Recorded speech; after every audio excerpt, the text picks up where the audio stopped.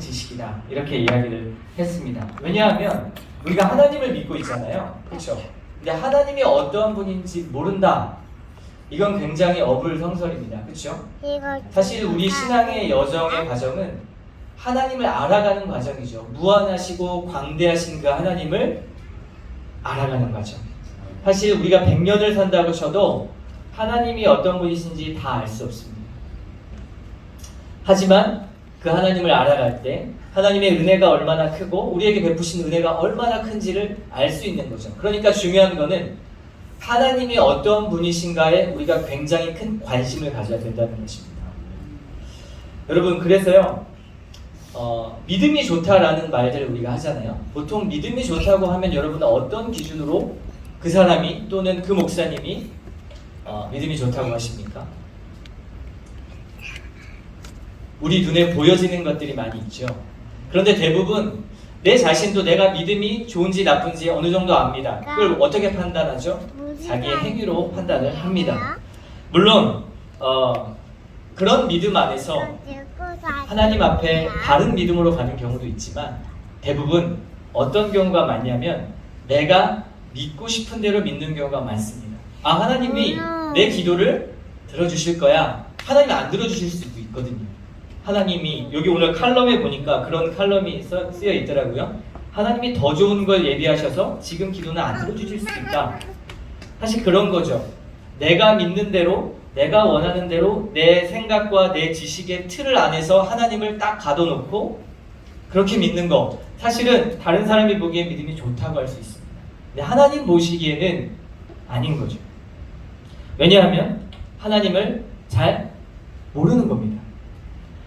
또 하나는 나를 아는 지식이죠. 내가 누군지. 특히 우리 청소년 시기에 우리 친구들도 있는데 내가 누군지 아는 것이 굉장히 중요합니다. 사실 제가 41살인데 저도 아직 제가 누군지 모를 때가 많이 있습니다. 결국에는 하나님을 아는 지식 안에 나를 비춰볼 때 내가 누군지가 나올 수 있거든요. 그래서 나를 아는 지식, 내가 어떠한 존재인지, 내가 어떠한 존재였고 앞으로는 어떤 존재가 될 것인지를 아는 것, 이것이 기독교의 아주 중요한 핵심 중에 핵심입니다. 여러분 생각해 보십시오. 하나님께 관심이 없고 나에 대해도 관심이 없는데 예배는 드려요. 그리고 기도는 해요. 헌금도 드립니다. 그 모든 일련의 행위들이 어떤 의미가 있을까요? 아무 생각 없이 예수 믿으면 복 받지. 그럼 그 복 받고 나서 나중에 하나님 나라 천국 들어가면 되지. 이렇게 기독교가 간단하지 않습니다. 그리고 하나님은 그렇게만 우리에게 복을 허락하시지 않았습니다. 플래너리 오코너의 기도일기라는 책이 있는데요. 그 책을 쓴 저자가 이런 고백을 합니다. 한번 들어보세요. 제 기도의 방향을 다시금 점검하게 했던 그런 문장입니다. 한번 들어보십시오. 제가 바른 방식으로 당신께 간구했다는 생각이 들지 않습니다. 그래서 이제부터는 다소 체념하는 자세로 구하려고 합니다. 기도를 게을리하겠다는 뜻이 아니라 덜 열광적으로 하겠다는 말입니다. 열광이란 내가 원하는 것에 대한 간절함에서 나오는 것이지 영적 신뢰에서 나오는 자세가 아님을 깨달았기 때문입니다. 저는 당신을 이용하고 싶지 않습니다. 저는 사랑하고 싶습니다. 어떤 문장인지 좀 이해가 되십니까? 여러분은 하나님을 사용하십니까? 아니면 사랑하십니까? 오늘 본문은요, 하나님이 어떤 분이라고 말할까요? 한 문장으로 탁 졸이면 오늘 설교의 제목과 같죠. 하나님은 사랑이시라. 우리가 너무나 잘 아는 내용입니다. 그렇습니다. 가장 대표적인 하나님의 성품은요, 바로 사랑입니다. 사랑. 성경 66권의 이야기를 쭉 훑어보면 일관되게 말하는 성경의 관점은 하나님의 사랑에 초점이 있습니다. 하나님의 사랑. 인간이 어떠한 상태라 할지라도 도저히 받아들일 수 없는 죄악 가운데 있는 처지일지라도 하나님이 끝까지 추적하셔서 사랑하겠다는 그 하나님의 의지, 하나님의 계획, 하나님의 능력, 이것이 성경의 러브스토리죠. 그런데 여러분 그거 아십니까? 하나님의 성품이 사랑만 있습니까? 아니죠. 하나님의 성품은 너무나 많죠. 인간이 다 헤아릴 수 없지만 성경에 여러 가지 표현들로 기록되어 있습니다. 하나님은 어떤 분이시죠? 전지전능하시기도 하시죠. 모든 걸 다 하시고 모든 걸 다 하실 수 있는 하나님. 그리고 하나님은요 자비롭기도 하십니다. 노하기를 더디하시기도 하고 때로는 어떠시죠? 분노하시기도 한다고 합니다. 지혜롭기도 하시죠. 하나님은 너무나 다면적이어서 우리가 다 헤아릴 수 없습니다. 그런데요 중요한 게 하나님의 이런 다면적인 여러 성품들이 목적이 있다는 겁니다. 그 목적이 뭐냐면 하나님의 사랑이라는 거죠. 하나님이 그 사랑을 이루시려고 전능함을 사용하시고 하나님이 그 사랑을 이루시려고 때로는 분노하기도 하시는 거고 하나님이 그 사랑을 이루시려고 지혜를 사용하시는 겁니다. 베이스에 무엇이 있습니까? 사랑이 있습니다. 여러분 고린도전서 13장 말씀 아시죠? 13장이 무슨 내용입니까? 사랑장이잖아요. 사랑. 그런데 사도 바울 선생님이 그 13장 사랑장을 쓰기 전에 12장에 뭐라고 썼냐면 은사에 대해서 소개를 쫙 합니다. 은사. 어떤 사람은 지식의 말씀이 있고 어떤 사람은 예언하는 능력이 있고 어떤 사람은 방언의 능력이 있고 어떤 사람은 기도에서 병 고치는 은사가 있다. 쭉 이야기를 합니다.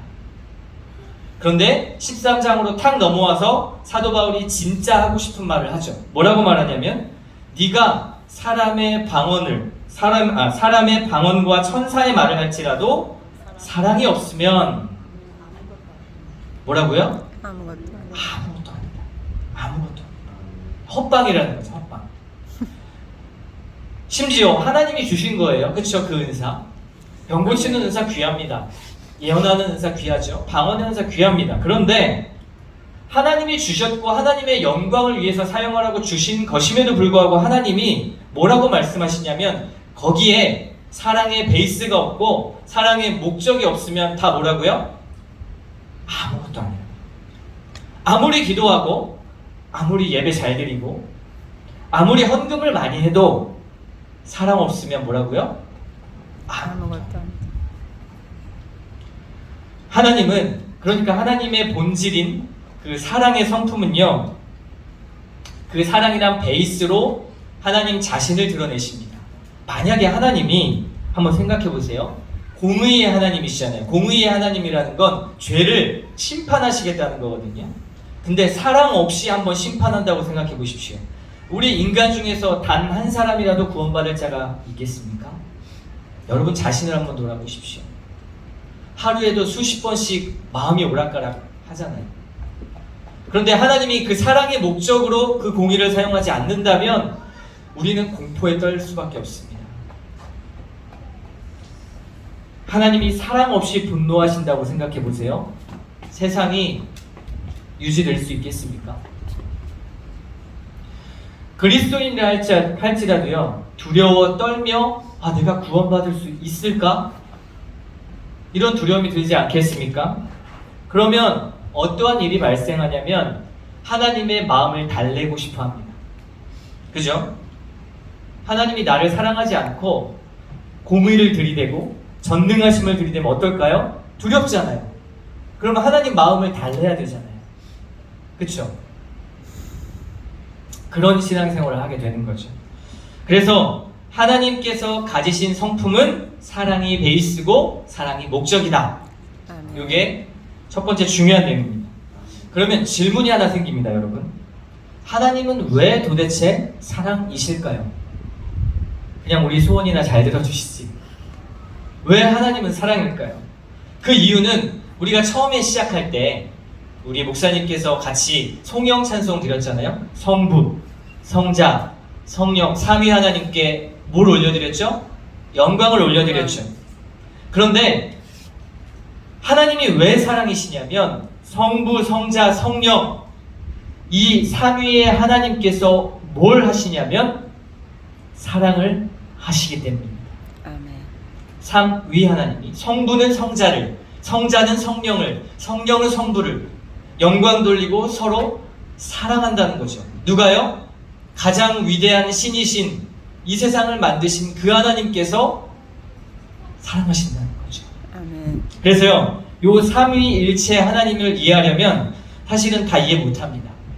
제가 신학교에서 15주를 삼위일체에 대해서 집중적으로 공부하고 기독교 2000년 역사를 통해서 그 삼위일체를 어떻게 해석했는지 다 공부하고 나서 15주차 마지막 주에 교수님이 이렇게 말씀하시더라고요. 그런데 삼위일체에 대해서 아직도 정확하게 정의할 수 있는 사람이 없다. 마태복음 3장 16절 말씀을 보면 조금은 이해할 수 있어요. 하늘이 열리고 성령이 비둘기같이 내려 그의 위에 임하시더니, 하늘이 열리고 성령이 내렸어요. 누구에게?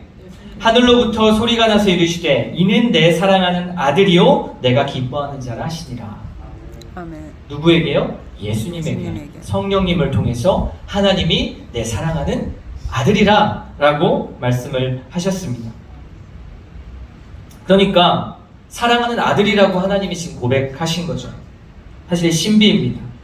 그런데 제가 드리고 싶은 말씀은 우리가 삼위일체를 다 할 수 없지만 한 가지 분명한 사실은 이 삼위일체 성부, 성자, 성령의 하나님께서 뭘 하신다고요?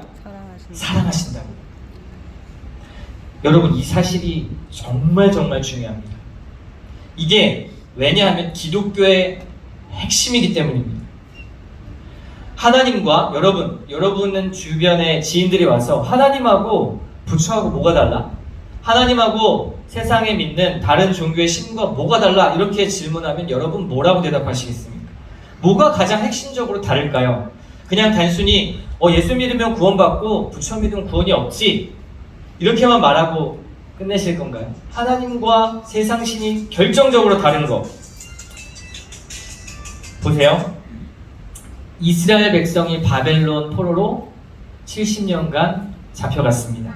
그때 바벨론 사람들이 히브리 유대 민족의 신이었던 야훼, 우리가 믿는 하나님이죠. 그 하나님을 이겼다고 생각했습니다. 바벨론 사람들은 마루둑이라는 우상신을 섬겼는데, 고대의 전쟁은 전쟁에서 승리하는 쪽이 자신들의 신이 저쪽 지역 신을 이겼다고 생각했습니다. 그러니까 히브리 민족 사람들은 우리의 신 하나님이 저 바벨론에 있는 마루둑에게 졌다, 이렇게 생각한 거죠. 그래서 70년 동안 포로기에 있을 때 이스라엘 백성들이 그렇게 괴로워했던 겁니다. 그렇게 전능하신 하나님이 마루둑에게 지다니. 그런데요, 마이클 리브스라는 신학자가 이런 말을 했습니다. 바벨론 왕국의 신이었던 그 마루둑이 어떤 신이었는지 설명합니다. 들어보십시오. 마루둑은 자신의 종을 두기 위해 인류를 창조하겠다고 한다. 자신의 종을 두기 위해. 인간적인 종교에서는 하인들을 두기 위해 사람을 창조할 거야 라는 마루둑의 접근을 굉장히 좋아한다. 그런 신들은 혼자이다. 그 신은 사랑할 대상이 없다. 하인밖에 없다. 자신을 사랑할 수는 있지만 우리는 그것을 사랑이라고 부르기보다는 이기심이라고 부른다. 오늘날의 언어로는 나르시시즘이라고도 부른다. 마루둑은요, 혼자 있는 신이죠. 사랑이 없는 신이죠. 그래서 이기적이라고 이 신학자는 말하는 겁니다. 만약에 하나님께서 삼위일체가 아니고 일위였다면 그럼 어떨까요? 사랑할 대상이 없잖아요. 그렇죠? 성부만 계시다면. 전능한 신이죠. 하지만 사랑의 대상이 없기 때문에 진실된 사랑이 무엇인지 모르는 겁니다. 그래서요, 우상신을 믿는 사람들은 사랑 없이 그 신을 믿습니다. 내 필요를 요구하고 그 필요를 채우기 위해서 신에게 뭘 바치죠? 재물을 바치고 종교적 기도를 하고 예배를 드리는 겁니다. 108번째를 왜 하겠습니까?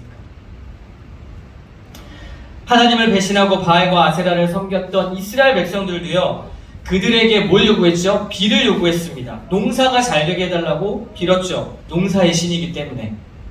신들의 마음을 달래서 원하는 것을 얻어냈습니다. 여기에는요, 사랑이 들어갈 틈이 전혀 없죠. 기브 앤 테이크, 서로 조건과 요구만 있을 뿐입니다. 여러분 이해되시죠? 그래서요, 오늘날 많은 신앙인들이 하나님의 성품을 오해합니다. 하나님께 빌고 하나님께 원하는 걸 얻어내려고 하는 거죠.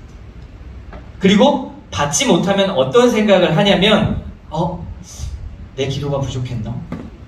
이런 생각을 할 수밖에 없습니다. 여러분도 이런 생각 해보셨을지도 모르겠습니다. 하는 일이 잘 안 될 때, 내 자녀가 아플 때, 내 건강이 이상해질 때 하나님이 화나셨나? 내가 예배를 지난주에 수요 예배를 빠져서 그런가? 새벽에 기도를 1시간 했었는데 몸이 좀 피곤해서 30분 했는데 하나님이 서운하셨나? 이런 생각 한 번쯤은 해보셨을 겁니다. 근데 여러분, 하나님이 정말 그런 분일까요? 하나님이 마음에 안 들면 우리에게 저주나 벌을 주시기 때문에 평소에 하나님 마음에 쏙 들기 위해서 헌금도 잘하고 기도도 잘하고 열심히 하고 예배도 안 빠지고 예배를 매일매일 의무적으로 그렇게 드리는 거 하나님이 기뻐하실까요? 이런 기전은 아까 제가 말씀드렸던 그 바벨론 왕국의 마루둑이라는 신의 기저이죠. 신이 인간을 하인처럼 두고 너 이렇게 해야 돼. 안 그러면 벌이야, 저주야. 그러면 그런 신앙생활 어떻게 될까요? 사랑은 빠지고 종교생활이 되는 거죠. 종교생활. 그래서 저는 감히 이렇게 말씀을 드리고 싶습니다. 기독교의 핵심은요, 전도와 선교도 아니고요, 기도도 아니고요, 헌금도 아닙니다. 더 과격하게 말하면 천국도 아니고요, 구원도 아닙니다. 기독교의 핵심은 뭐냐면 하나님과의 관계입니다. 어떤 관계요? 사랑의 관계. 제가 지금 쭉 말씀드렸던 구원과 천국과 기도와 예배와 이런 것들이 중요하지 않다는 말이 아니라 전도와 선교, 기도, 헌금, 예배, 구원, 이 관계가 올바르게 성립되려면 하나님의 사랑이 먼저라는 거죠. 하나님과의 관계가 먼저이고 그 관계에 따라서 나머지 것들은 전부 다 열매입니다. 내가 열심히 노력해서 하나님의 마음을 움직이는 게 아니라 하나님이 먼저 그 마음이 움직여 주셔서 우리를 사랑하시겠다고 작정하신 거죠. 우리가 어떠한 상태이든 상관없이. 여러분, 이 관계는 전혀 없는데, 하나님과의 관계는 전혀 없어요. 근데 교회에서 열심히 봉사해요. 그리고 교회가 부흥해요.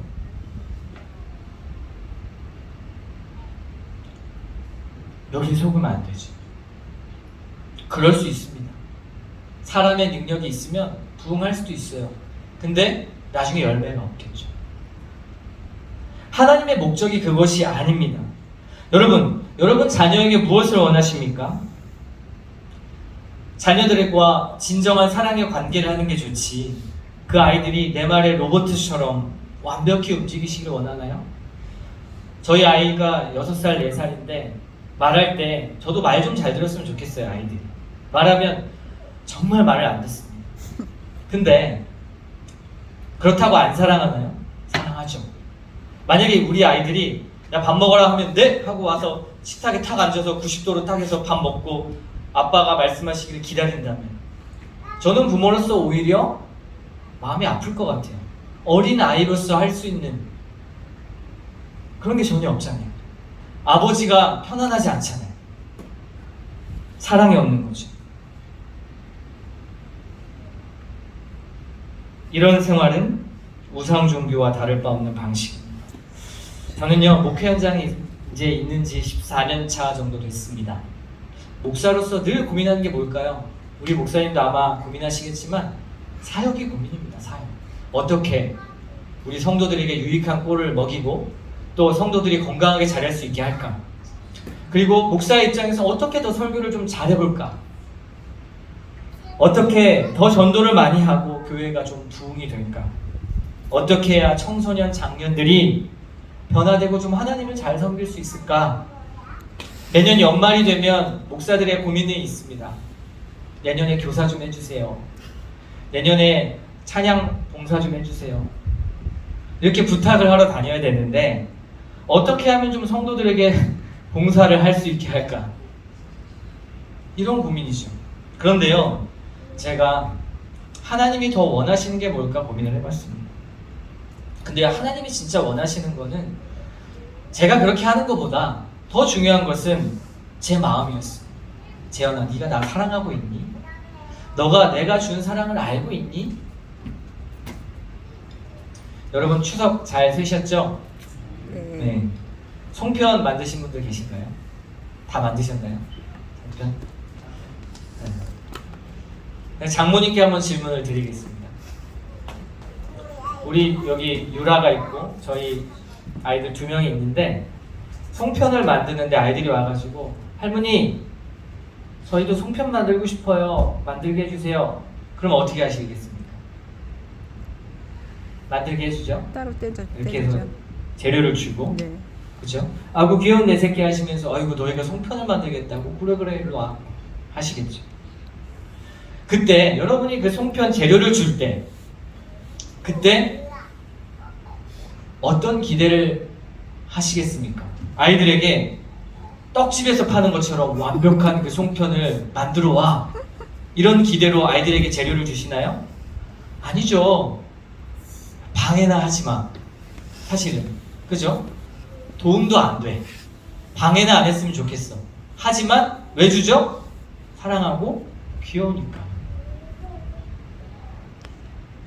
송편의 퀄리티를 원하는 게 아니잖아요. 하나님은요 실제로 우리에게 어떤 성과나 공로에 큰 관심이 없습니다. 여기 속으시면 안 돼요. 왜냐하면 그 이유가 성경에 분명하게 드러나 있습니다. 이미 예수 그리스도께서 인간이 할 수 있는 가장 큰 공로, 그러니까 인간으로서는 할 수 없는 가장 큰 공로를 십자가 사건에서 다 이루셨습니다. 인간은요 죄인이기 때문에 하나님 마음에 들 수 있는 존재가 애초에 안 돼요. 근데 그리스도를 통해서 내가 내 성자 아들 예수 그리스도를 통해서 그 피값을 통해서 내가 너희를 사랑하겠다 다짐하신 사건이 십자가 사건이거든요. 그러면 그 인간의 공로는 공로가 아니라 사실은 열매인 거죠. 하나님이 그런 구원의 은혜를 주셨기에 우리는 그것에 감사와 찬양으로 화답하는 삶을 사는 것이지 내가 내 공로를 쌓아서 하나님의 마음을 움직이겠다. 불가능하죠. 하나님이 어떤 분인데 만족하실까요? 하나님은 그냥 우리가 뭘 해도 아이고 귀여운 내 새끼라고 손주들을 바라보셨던 것처럼 하나님은 사랑하시는 겁니다. 그러면 하나님은 왜 율법을 주시고 왜 때로는 분노하셨습니까? 그 이유는 그렇게 하면 그 백성이 죽음의 길로 가기 때문이죠. 예를 들어 보겠습니다. 여러분 뜨거운 불에 아이들이 간다고 해요. 궁금해서 호기심으로 가고 싶다고 막 간다고 합니다. 그럼 하나님이 사랑의 하나님이니까 어이구 그래 그 뜨거운 불 가봐라 이렇게 하나요? 아니죠. 부모님들 어떻게 하십니까? 불에 가면 위험해. 너 저기 가면 화상 입어. 죽을 수도 있어. 이렇게 말하죠. 이게 율법입니다. 자, 이 율법이 여러분에게 의무를 요구하는 건가요? 아니면 하나님의 사랑의 표현인가요? 사랑의 표현이죠. 그래서 예수님께서 그 수많은 613가지의 율법, 더 핵심적으로 말하면 10계명을 예수님이 2가지 계명으로 요약하셨잖아요. 뭘로 요약하셨죠? 하나님 사랑과 이웃사랑. 하나님이 죄인인 우리를 사랑하시기 때문에 주신 겁니다. 자기 아들 독생자를 내어놓는, 심지어 그 삼위 하나님의 사랑이 죄 때문에 잠시나마 끊어지는 그 저주를 감당하시면서까지 어떻게 하셨다고요? 그 사랑을 우리에게 보여주셨습니다. 그래서 로마서 8장 37절에 이렇게 말씀합니다. 38, 39절 제가 읽어드릴게요.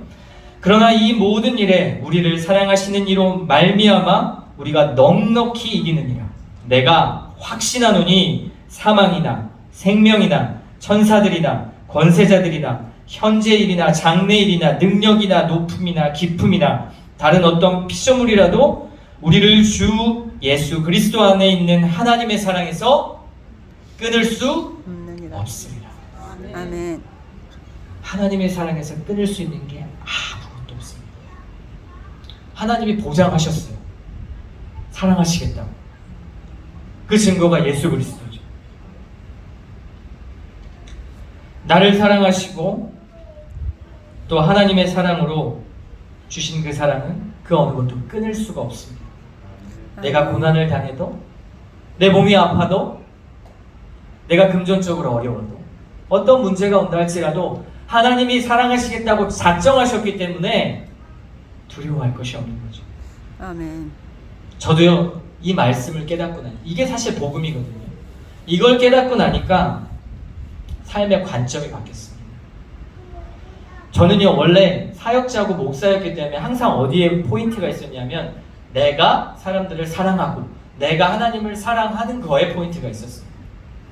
근데 이 말씀 보니까 어디에 방점이 있냐면 하나님이 나를 먼저 사랑하시는 방점. 아멘. 요한일서 4장 10절, 우리 9절까지 읽었잖아요. 10절에 보면 이렇게 말씀합니다. 사랑은 여기 있으니 우리가 하나님을 사랑한 것이 아니요 하나님이 우리를 사랑하사 우리 죄를 속하기 위하여 화목제물로 그 아들을 보내셨습니다. 아멘. 19절에도 말해요. 우리가 사랑함은 그가 먼저 우리를 사랑하셨습니다. 핵심이 뭐죠? 하나님이 먼저 나를 사랑하셨고 그 사랑을 받은 우리도 사랑하게 된다는 거죠. 사랑해야지가 아니라 사랑하게 된다는 겁니다. 여러분, 세상의 사람들도요 사랑 잘해요. 사실 우리가 이렇게 기독교 안에 있으니까 우리에게만 사랑이 있다고 생각하지만 사실 세상 사람들도 사랑 잘합니다. 저는 개인적으로 그 해바라기라는 가수의 사랑으로라는 노래를 굉장히 좋아해요. 여러분 아시나요? 내가 살아가는 동안에 할 일이 또 하나 있지. 바람 부는 벌판에 서 있어도 나는 외롭지 않아. 왜 그런 노래를 지었을까요? 세상 사람들이. 전 이 노래 들으면 너무 막 가슴이 찬양 드는 것처럼 막 따뜻해져요. 그래서 처음에는 모를 때는 야, 이거 내가 영적으로 부족한가? 근데요, 예수 믿지 않는 사람들도 사랑합니다. 동정심이 있어요. 어쩔 때는 사실 교회 다니는 사람보다도 더 잘 섬기고 더 가난한 사람들 잘 돌보는 경우도 많습니다. 그럴 때 어떤 생각 드세요? 단순히 부끄럽다는 생각을 뛰어넘어서 근데 진짜 왜 그러지? 이런 고민 안 해보셨습니까? 불신자들이 그런 말 많이 하거든요. 교회 다니는 사람보다 여기 불교 믿는 사람이 더 잘해요. 예수도 모르는데 어떻게 사람을 사랑할 수 있습니까? 그건요, 아까 제가 처음 말씀드린 성부와 성자와 성령의 사랑이 너무너무 차고 흘러넘쳐서 하나님이 하셨던 일이 뭐냐면 하나님의 형상으로 인간을 지은 겁니다. 그 인간들이 하나님의 그 넘치는 사랑으로 지어져서 다른 사람을 사랑하길 원하셨어요. 근데 죄 때문에 깨졌잖아요. 그쵸? 죄 때문에 깨졌음에도 불구하고 그 하나님의 사랑이 이 세상과 만물에 엄청난 영향력을 끼쳤기 때문에 믿지 않는 사람에게도 그 사랑의 흔적이 있다는 거죠. 예수는 모르지만 인간의 DNA가 사랑이거든요. 그렇게 지어졌는데 예수를 모르니까 죄 가운데 살지만 그 사랑이 있는 거예요. 그래서 로마서 1장 20절에 이런 말씀이 있습니다. 들어보세요. 하나님의 능력과 신성이 그가 만드신 만물에 분명히 보여 알려졌다. 그래서 세상은 하나님을 모른다고 핑계할 수가 없다. 그러니까 불신자들도요, 하나님을 알만한 것들을 세상 가운데 많이 봤다는 거예요. 하늘과 땅과 비와 심지어 다른 믿지 않는 사람들을 보면서까지 믿지 않는 사람들을 사랑하잖아요. 그런데 그리스도인은 어떻습니까? 흔적의 정도가 아니라 성경에 게시된 분명한, 아주 분명한 그 사랑을 알고 있죠. 그러니까요, 우리 인간의 DNA가 사랑인데 이 사랑이 빠지면 본질을 잃게 되는 거예요. 베이스도 잃는 거고 삶의 목적도 잃는 겁니다. 간단한 예를 들어드릴게요. 부부에게 사랑이 빠지면 어떨까요?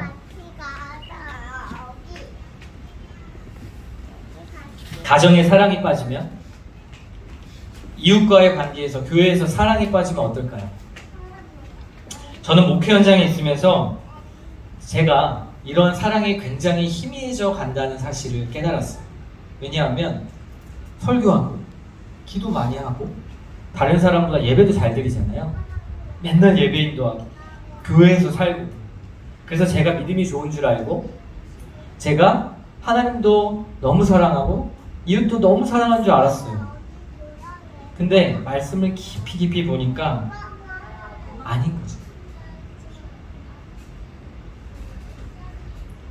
선교하라는 마음을 주셨는데 다른 사람을 사랑할 힘이 없는 거예요.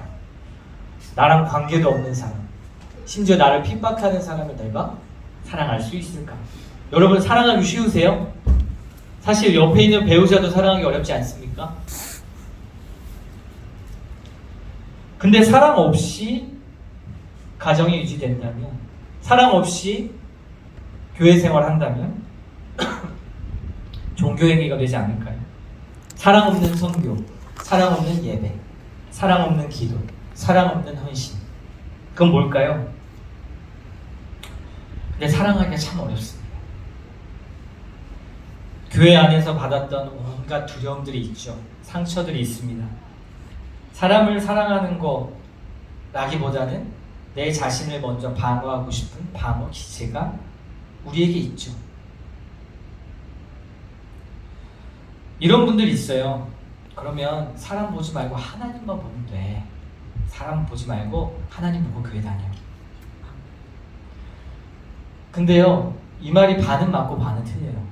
왜냐하면 하나님만 바라보면 사람을 사랑할 수밖에 없게 되거든요. 아까 제가 말씀드렸잖아요. 하나님 본질이 사랑이라고. 그 하나님만 바라봐요. 사랑이 나에게 공급되면 난 사랑할 수밖에 없는 거죠. 저도 목회 현장에 사람을 대하다 보면 정말 다양한 사람을 만납니다. 그들이 성도긴 하지만 사랑하는 게 너무 힘든 분들이 있어요. 성도였지만, 내 양이지만. 왜냐하면 내가 더 옳고, 나는 목회자고 당신은 성도고, 나는 가르치는 자인데 당신이 나를 인정해주지 않아? 그러면 사랑 못하는 거죠. 방어 기제가 되는 거죠. 그런데요, 이 복음, 사랑의 본질을 알아가기 시작하니까 사람을 보는 관점도 달라졌습니다. 뭐냐면 내가 뭘 하든, 내가 설교를 잘하든 못하든, 인정을 받든 못 받든, 어떤 위치에 있든, 어떤 사람이든지 간에 나를 사랑하시는 그 하나님과의 사랑 관계 안에 있으면 나는 복된 사람이고 자유로운 사람이고 그것이 천국이라는 거죠. 아멘. 다른 사람의 평가에 의해서 내가 어떤 사람인지가 결정되는 것이 아니라 하나님이 나를 사랑하셨다는 그 이유만으로 나는 가장 복된 사람. 그러니까 어떤 일들이 따라오냐면요, 나를 입증할 필요가 없는 거예요. 사람들한테 나 괜찮은 사람이야, 나 믿음 좋은 사람이야, 나 기도 많이 하는 사람이야, 나 영적으로 신령한 사람이야 라는 그런 것들, 옳다고 증명할 필요도 없는 거죠. 싸울 필요가 없는 거죠. 주님과 함께 있는 그 자리에서 그 나누는 사랑으로 그냥 그 사람을 볼 때, 한 사람을 볼 때 유익관계로 안 보는 거예요. 저 사람 나에게 손해를 줄 사람, 유익을 줄 사람, 저 사람은 나에게 상처를 주는 사람, 아니면 내가 좋아하는 사람, 그게 아니라 그 한 사람을 볼 때 똑같이 하나님의 마음으로 보는 거죠. 뭘로요? 하나님의 형상, 하나님께서 하나님의 형상으로 지으신 저 사람도 하나님이 지으신 귀한 존재. 그게 하나님이 우리 인간을 만드신 삶의 본질, 그게 베이스고요, 그게 삶의 목적이고요, 이유입니다. 아멘. 우리가 일을 하는 것도, 예배를 드리는 것도, 그리고 종교 생활을 하는 것도, 그 모든 삶의 이유와 목적은 이 하나님의 사랑이 흘러가게 하기 위해서라는 거죠. 거기에 선교도 있고요, 전도도 있고요, 헌금도 있고요, 공동체도 있고요, 다 있다는 거예요. 그래서 저희 가정은 선교지에 저희가 대단해서 아까 목사님이 저를 너무 과찬을 해주셨는데 대단한 사람이어서 가는 것도 아니고요. 대단한 헌신을 해서 간다고 생각하지도 않습니다. 사실 그 헌신보다 여러분이 농장에서 열심히 농사 짓는 게 훨씬 더 큰 헌신이라 생각해요. 훨씬 더 고생한다고 저는 생각합니다. 대단한 일 하러 가는 거 아닙니다. 제가 자랑할 수도 있겠죠. 그걸로 교묘하게 이용할 수도 있겠죠. 근데 하나님 보시기엔 다 똑같다는 거예요. 제가요 많은 사람을 개종시키러 가는 거 아닙니다. 많은 사람에게 기독교인 만들러 가는 거 아닙니다. 그게 목표가 아닙니다. 그 목적은요 다음에 오는 거예요. 뭐가 먼저냐면 선교를 통해서 우리 가정이 제가 먼저 하나님의 사랑을 알고 가슴으로 그 하나님 아버지의 마음을 느끼는 거죠. 하나님의 사랑이 뭔지 아니까 전하고 싶은 거죠. 저 사람이 긍휼하게 보이는 거죠. 옛날엔 미웠는데 아이고 저럴 수밖에 없겠구나. 집에서 자녀 때문에 스트레스 받는데 나한테 와서 화풀이 한다고 생각했는데 아니구나. 말할 사람이 없어서 그런 거구나. 관계입니다. 관계. 여러분 자식들이 마음은 없는데 여러분 유산을 바라보고 와서 형식적으로 뭘 한다고 생각해보세요. 기분 정말 나쁘겠죠? 근데 하나님이 부모는 뭘 원해요? 자식에게? 사랑을 원하잖아요. 그 사랑을 주잖아요. 어떤 조건이 있어서가 아니잖아요. 근데 요즘엔 세상이 왜곡돼서 그런 경우도 있죠. 근데 원래 본래 우리 인간은 그렇지 않습니다. 그저 하나님 아버지의 마음이 어떤지, 그가 나를 얼마나 사랑하시고 내가 얼마나 큰 죄인이었고 나는 전혀 희망이 없는 존재였는데 그런 나를 하나님께서 끝까지 붙드셔서 끝까지 사랑하시겠다고 추격하시는 그 하나님을 보는 여정, 저는 이게 선교라고 생각하고요. 이게 그리스도인의 삶이라고 생각합니다. 아이고 그건 선교사님 이야기죠. 목사나 선교사나 할 수 있는 거죠. 힘도 빠져가고 몸도 연약해져가는 노년에 있는 우리가 선교와 뭔 상관이 있습니까? 라고 저에게 질문을 하실 수도 있을 것 같습니다. 전 충분히 이해됩니다. 하지만 여러분 선교의 여정뿐만 아니라 아까도 말씀드렸지만 우리의 신앙의 여정이 그런 겁니다. 선교는요 이 다음에 있는 거예요. 목회는 그 다음에 있는 거고, 그렇죠? 예배는 그 다음에 있는 거예요. 하나님과의 관계. 사랑 없는데 예배가 되나요? 사랑 없는데 목회가? 사랑 없는데 선교가? 그래서요 이건 그리스도인이면 누구나 직면하고 거쳐야 되는 과정입니다. 여러분의 자리에서 선교의 의미가 뭘까요? 거창하지 않습니다. 거창하게 생각하실 필요 없습니다. 여러분의 자리에서 하나님의 그 받은 사랑을 가지고 사람을 사랑하는 것. 먼저는 내 옆에 있는 배우자를, 내 자녀들을, 농사 지으시면서 일하시면서 자녀와 통화하시면서 옆에 있는 배우자에게, 또 슈퍼에 갔는데 슈퍼에 물건을 파시는 분에게 그 사랑을 표현하는 것. 그게 선교죠. 우리는 그런 사랑을 하나님 앞에 받고 할 때 하나님의 사랑의 본질을 더 깊이 느낍니다. 하나님이 순종하라고 하는 이유가 뭔지 아세요? 순종하고 나면 하나님이 우리를 얼마나 사랑하시는지 더 느낄 수 있습니다. 아멘. 예수께서 이런 고난 가운데 십자가를 지셨구나. 막 사랑하기 힘들잖아요. 옆에 있는 사람. 근데 예수님은 더 사랑하기 힘든 나를 사랑하셨거든요. 그러면 그 사람 사랑할 때 힘들지만 이런 고난 가운데 십자가 지신 거구나. 하나님이 이렇게까지 나를 사랑하셨구나. 내가 못하는 사랑을 예수님이 완성하셨네. 그리고 그런 상황은 실패한 나를 보며 또다시 하나님을 의지하게 만들죠. 하나님, 맞아요. 저 사랑할 자신 없어요. 근데 하나님이 저 사랑하셨잖아요. 그 사랑으로 충만케 하셔서 저 사람 사랑할 수 있게 해주세요.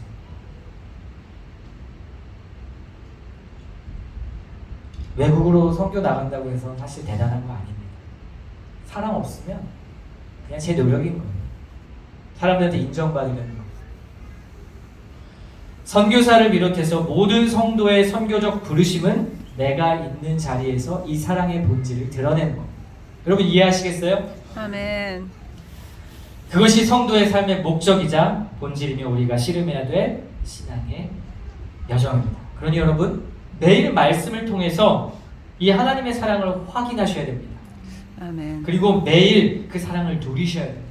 아멘. 아니면 본질적으로 우리의 작동 방식은 죄인이기 때문에 아까 그 바벨론 마르둑에게 하는 것처럼 하나님에게 와서 뭔가를 자꾸 이용하고 하나님을 사용하고 그리고 내 종교 활동으로 내가 구원을 얻을 수 있다는 착각을 하는 거죠.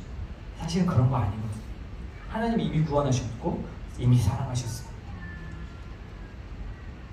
하나님을 사랑하기에 예배하고 하나님을 사랑하기에 하나님의 말씀을 지키는 거죠. 아멘.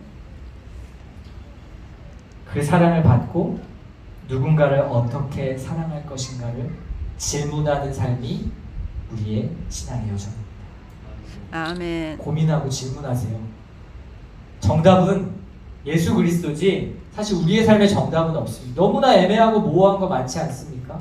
내가 이 관계에서 어떻게 말해야 되지? 내가 뭘 사야 되지? 내가 어디를 가야 되지? 다 모호해요. 그런데 한 가지 분명한 건 사랑의 베이스가 사랑의 목적이 된다면 그러한 것들이 그런 고민들이 선명해진다는 겁니다. 그것이 우리의 기도이고 우리의 신앙입니다.